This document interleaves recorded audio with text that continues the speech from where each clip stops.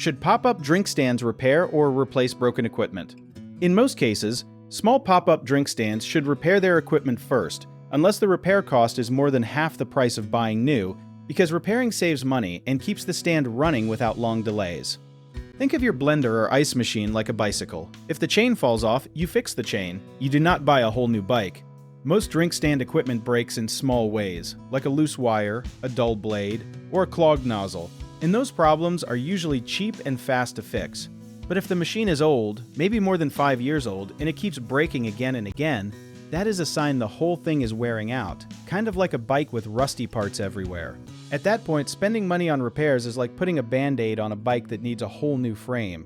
A trick many stand owners do not know is to log every repair with the date and the cost, because once repairs in 1 year add up to more than half the price of a new machine, that is your signal to replace it, not guess about it.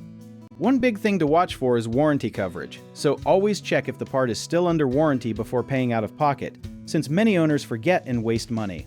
Another key point is downtime cost, meaning if a repair takes 3 or 4 days but a slow season is coming, it might be smarter to wait and replace during that slow time instead of losing sales now. Also pay attention to safety issues like frayed cords or leaking gas lines, because those should always be replaced immediately, never repaired, no matter the cost. If you enjoyed this video, check out our online directories in the description below.